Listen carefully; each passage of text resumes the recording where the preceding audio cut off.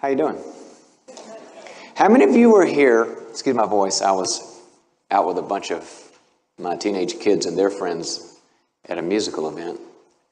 I take kids to go see Chopin and Mozart quite often.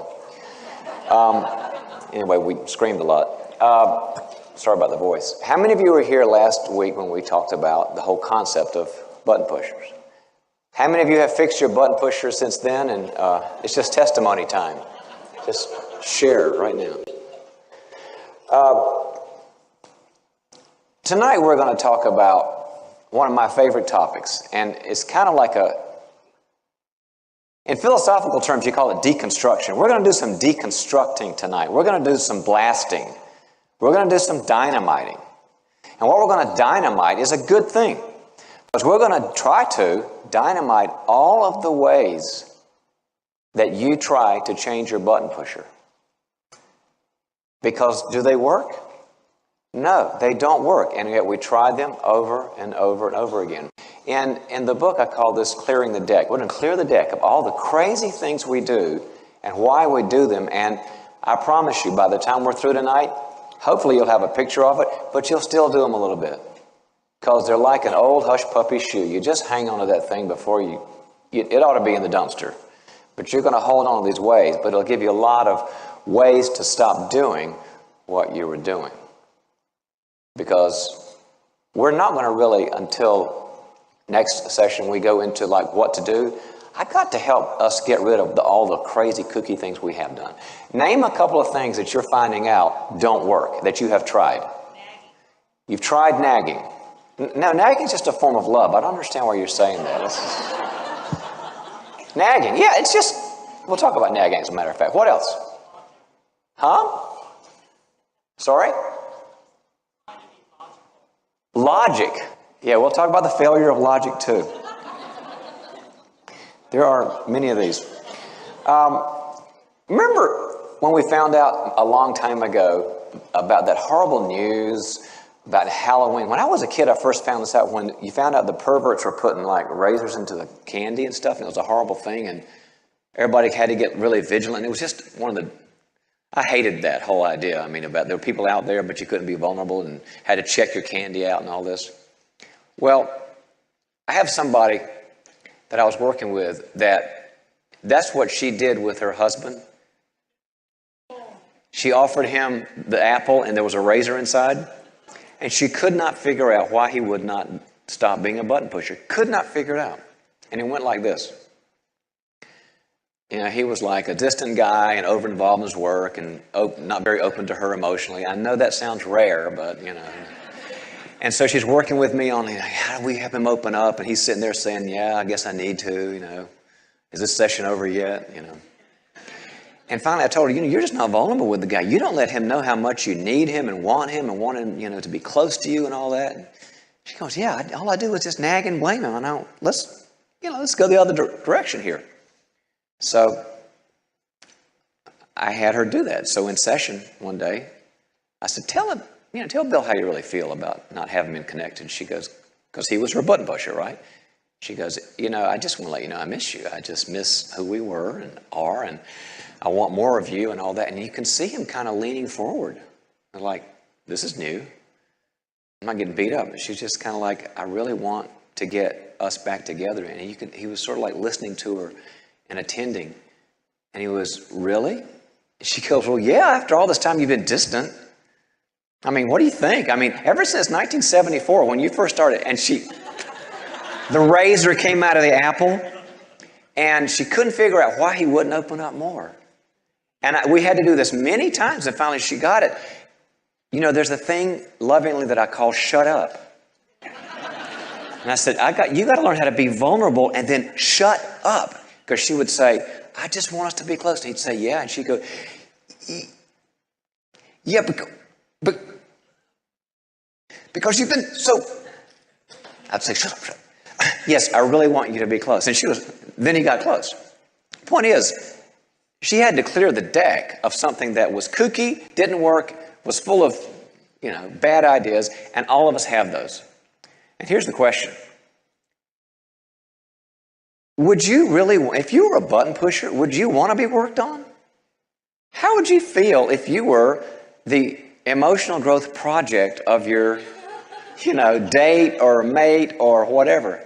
And you walk in to have lunch. How are you doing? Good. Let's just do the checklist here.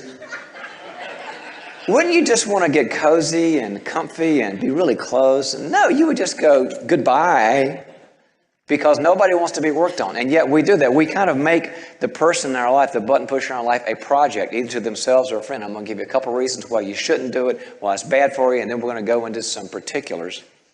But the first one is when good couples and good relationships can joke about that. Well, we're working on, him being on time, or we're working on her doing whatever. That's different than like the project, because I don't want you to think of your button pusher issue as a project, because it is doomed to fail. And the first reason is because it sets up a parent-child dynamic. A parent-child dynamic. If your button pusher is a project to you that you are quote-unquote working on, what have you become? You've become the parent. And what does your pusher become? Whether it's your mom or your dad or your crazy Uncle Harry, it could be somebody older than you, but what do they become? They've become the child. And when people feel that, there's a natural resistance of a person who feels put in the project level of resistance. I'm going to push away. I'm going to dig in my heels. You're not going to take my choices away. You're not going to manipulate me, guiltify me, or anything. Get rid of the parent-child dynamic. You're not working on someone. You know what you're doing? You're approaching them. You're approaching them. Hey, this is out on the table. I don't want to pretend like I've got a project with you. I want you to change because, you disconnect from me. Or I want you to change because you never, open up. Or because, here you are 42 and you haven't figured out what you want to do for a living yet. And I'm getting tired of working 3 jobs. Or whatever. But I'm going to be out front with this. I'm not going to make you a project. Second reason is because if you are working on that person, it really destroys trust. Your button pusher is not going to change until there's some kind of level of trust in between you so they can listen, or she can listen, or he, to what you have to say and think, maybe there's a point here. Because if you've got that attitude of, I got this book now, I got this project, got this DVD, you are in for growth. What are they going to think your motives are for hanging out with them? You want to see them reform, transform, get a clue, grow up, stop being selfish. And they'll realize you're not in here for the relationship, you're in here for the change. And nobody ever changed because somebody they love said to them in some form or fashion, I have an ulterior motive and you're not okay until we do this. That's the whole idea of the Christian faith, is that when we finally realize that we're loved by God just as we are, we don't have to change for God to love us. He loves us like He are, and then He changes us. Simplest truth in the universe. We're screwed up, He loves us, then we start to transform. Rather than, we're screwed up, we stop being screwed up, and then He says, okay, you make the grade. Get out of that trap. A much better approach is to say, I accept you and I'm going to push you. I accept you totally. I don't agree with everything you do, but I totally accept you. The good parts, the bad parts, the green parts, because I need that grace too. And I need to know that I'm loved too. But I'm still going to push you. And I want us to have a relationship where we can push each other. I think that really good, healthy couples and families and relationships and friendships and all that, you ought to have some pushing in there. If all of your relationships are such that it's nothing but a grace transfer, that's good. You need grace more than anything, but if it's nothing but grace, you end up being lazy. You end up like being a really, really comfortable 2-year-old. And sooner or later we got to be weaned.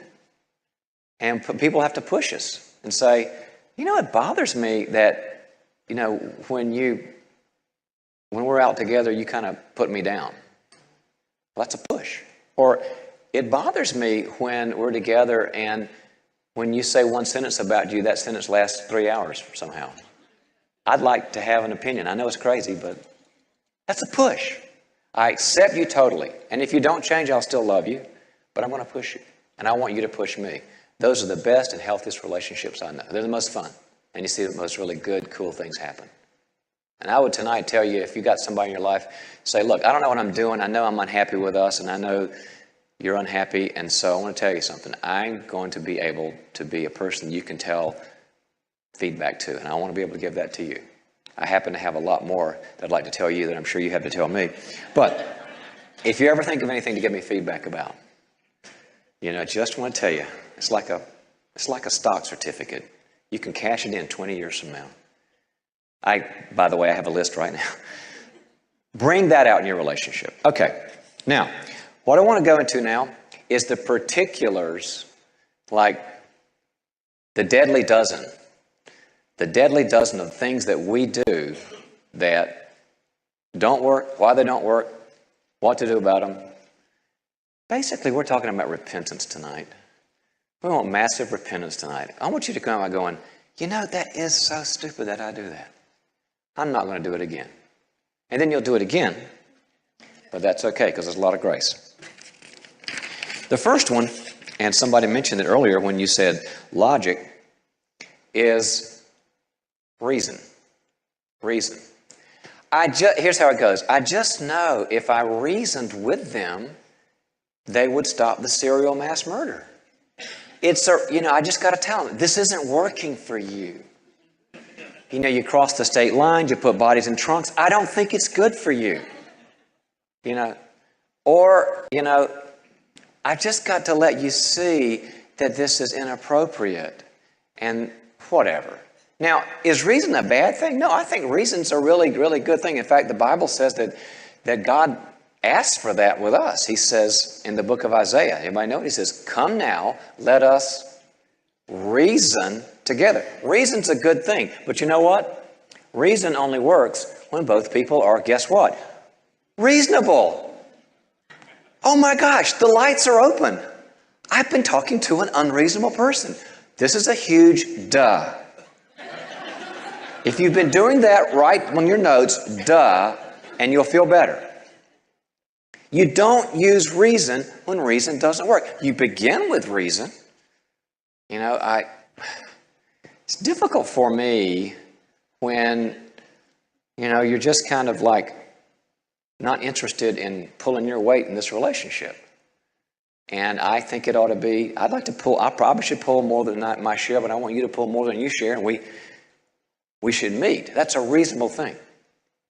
But you know what? Your button pusher, button pushers aren't dictated by reason. They're dictated by other things. As I talked about last week, a button pusher is a person who has three things that qualify them. They've got a life issue that bothers people and disrupts life and love. They have very low ownership of the issue. It's somebody else. It's the dog or you or God or the devil. And the third thing is that you're emotionally connected and invested and tied into them, and you love them, and you can't just cut out because your heart would bleed, and you don't want that. So you're connected. And a button pusher is not like moved by a lot of reason. They're moved by other things like not being the bad guy, not experiencing confrontation, not having to change, being comfortable, staying away from feelings. You will not reason somebody out of that. I mentioned earlier when I began to talk tonight that I got a bunch of teenagers in my life. And I will for several years.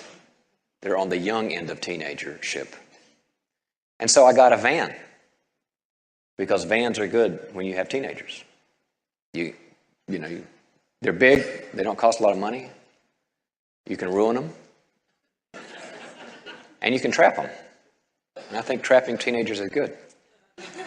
And I just learned how to do the van thing. Because, I'll be driving along and, I got boys, so you know how that goes. They're not verbal like girls. They touch, hit, poke, slap each other, throw stuff, spitballs. And I'm going 70 miles down the freeway, an hour down the freeway. And I used to kind of say, now guys, you're getting kind of loud here. It's not a good idea to get out of your seat. Billy, you start off on the third row. Now you're beside me. I don't think that's appropriate. I did that for about 30 seconds. And I realized I'm using reason with animals. Now, some of the animals are my animals, so, I'm taking ownership here. I mean, it's genetic. Their animalship came from my animalship. But the fact was, I was just trying to be, Mr. Rogers with these goons.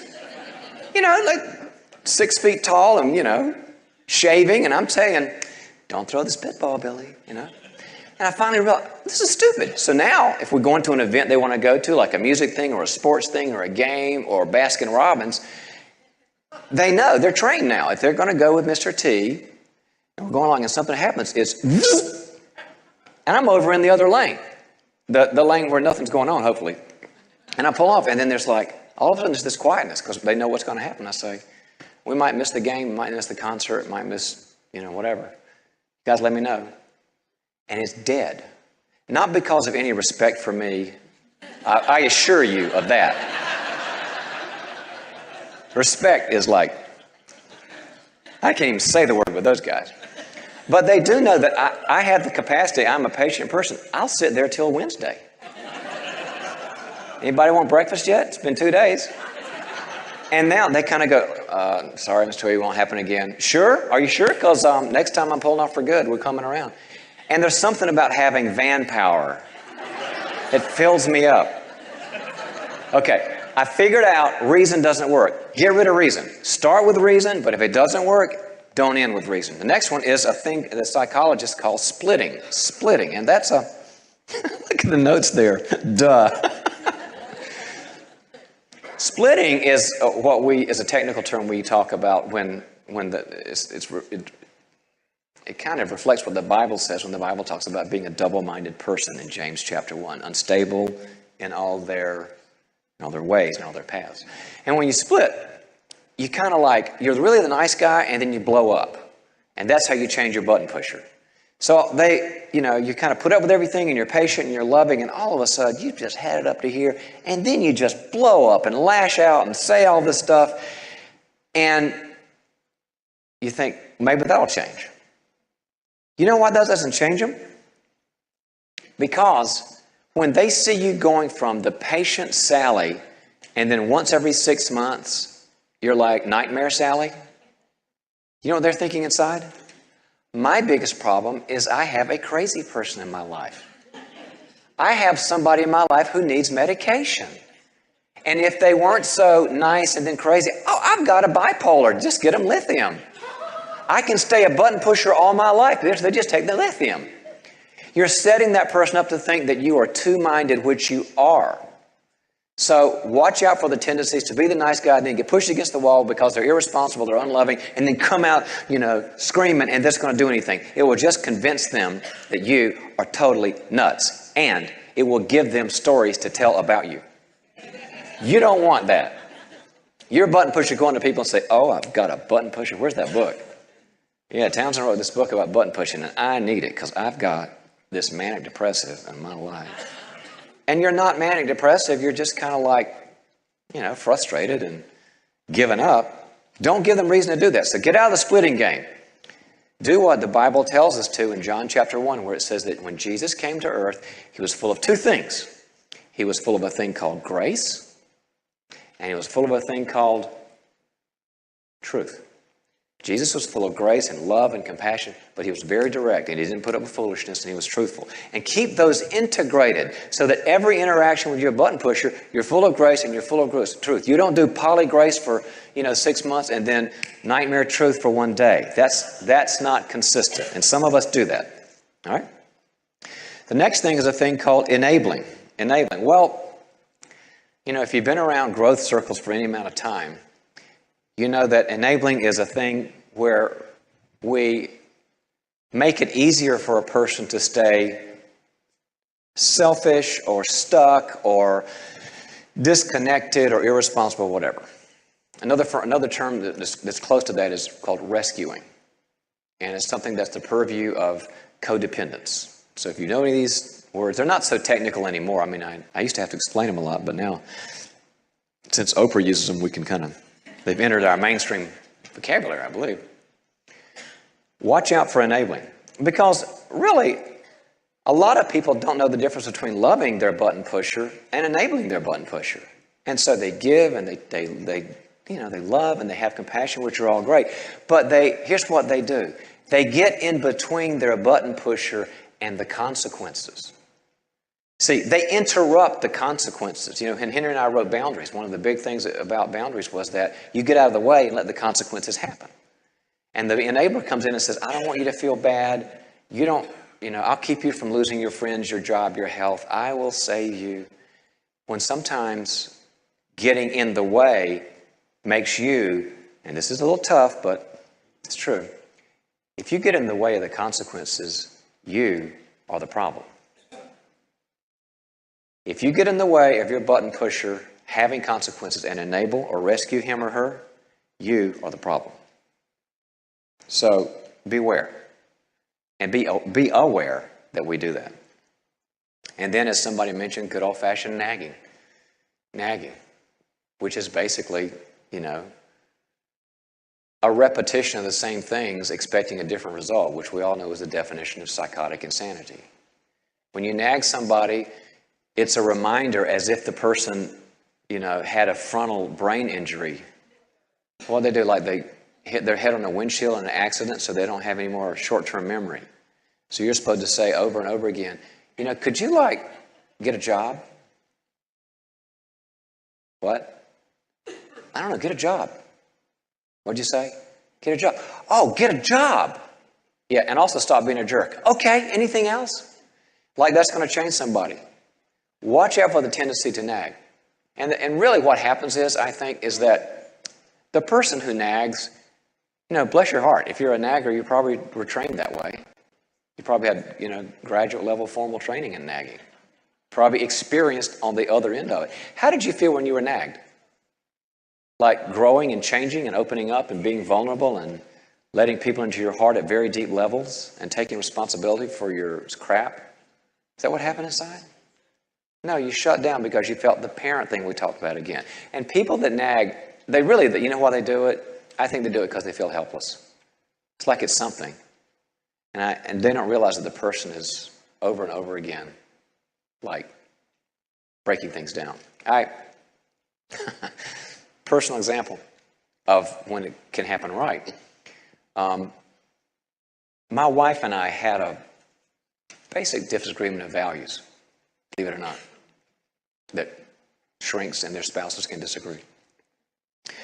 And it was this morning, and our basic disagreements come in the mornings, because that's the worst time in the world.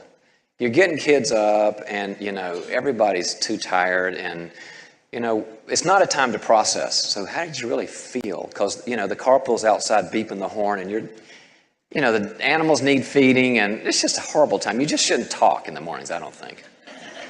We just don't do well. We're not that punctual, and we're early and late risers. We're ugly in the morning.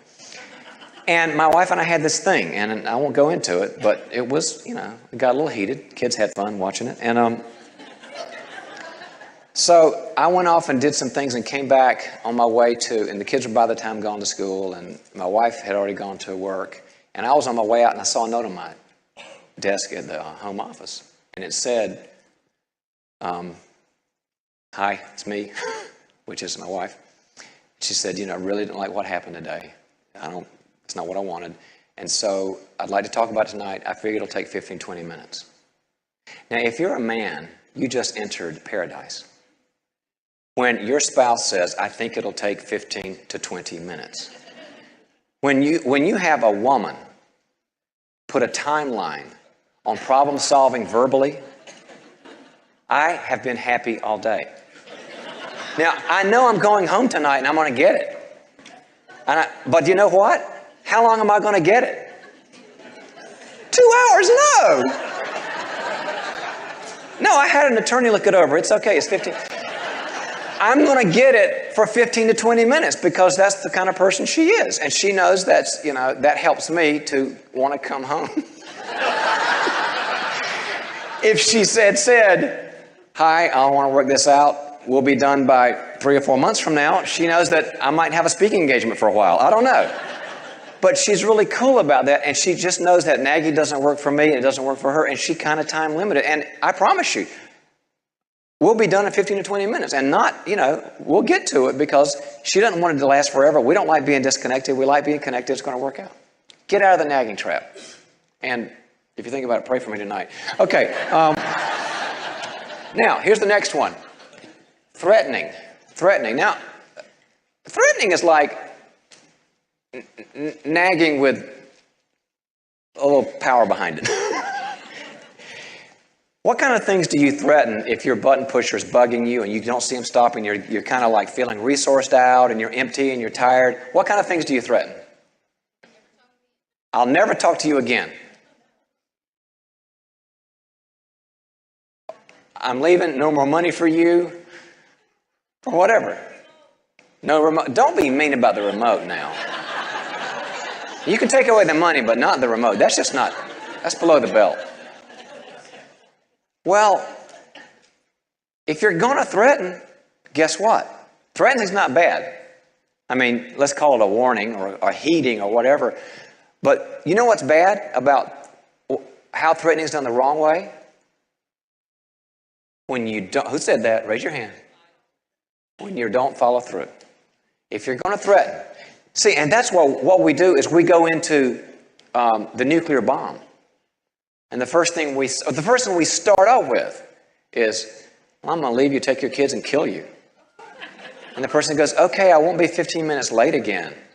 Well, you've already shot it. Your shotgun is gone because you started off with Hiroshima. Don't do that. You threaten according to your resources and what's appropriate and what you've thought about and prayed over and it's reasonable. But sometimes we need to threaten. God threatens. Not in a mean way, but sometimes He says, I want to let you know. You're going to lose things if you continue on this path. But be prepared for that. And some of us are better at the threat than we are the follow-up. Let me ask you a question. What are we teaching and training our button pusher if we don't follow up on a threat? I'm sorry? I don't mean what I say. So all you got to do, all the button pusher has to do is kind of like hunker down, realize that the anger storm is going to be over in a few minutes, then life will return as normal. And of as a therapist dealing with this for so long, that's kind of the biggest, of all these, that's probably the biggest one, is that the button pusher is so frustrated. Why do they threaten? Well, I think it's because they feel helpless. They want to feel like there's some power because they feel so powerless with this crazy person in their life. I mean, I can't blame them for, doing that. It gives them an illusion of power, but an illusion is an illusion. Next, not only does it give them an illusory sense of power, what a threat does, it is also sort of a catharsis. It actually makes you feel like, well, it's out. And they know how mad I am, and they know how hurt I am, and they know how upset I am. And so the catharsis is fine, but you know what? It's just going to the wrong place. Should your catharsis be to your button pusher? Is there a better place for it? Because we should catharsis. The Bible calls it confession. We should be confessors.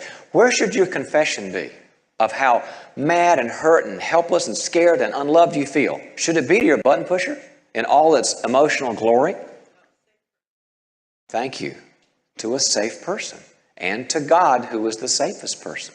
That's what confession's for. If you need to feel the catharsis, do it. Absolutely, you need it, because otherwise all this gunk's inside and you feel crazy and you don't know who you are because these feelings are so strong. But get them out to a place and people that love you and on your side and are not so crazy. Okay? So watch out for the threatening. The next one is a thing called denial. How many of you, by the way, we've gone like, I don't know, 5 or 6 of them. How many of you can say that you have been guilty of at least one of these so far? Okay. This is why this is a fun topic, because we all feel like, we're all one here, and I look around and you're just as screwed up as I am. That's kind of cool. And God loves us anyway. Denial. Denial has to do with some sort of a segmenting off of reality so that it is no longer experienced. When we deny, we segment or compartmentalize some particular reality so that it's not experienced anymore. Like for some people, they deny their sad feelings. They got to feel happy all the time. They're the people that during the holidays, they're the most annoying people in the world. the ones that can't feel sad. I always try to find sad people in the holidays. Because then I can relate, because the holidays are tough. I like to be around my friends that know what pain is and they know what it feels like. And they're not that chirpy, isn't it great kind of person. I put on roller skates around them in the holidays. Get around people who can weep with those who weep and mourn with those who mourn and all that. Some people deny sad feelings. Other people deny the problem itself. I don't have a button pusher. What are you talking about?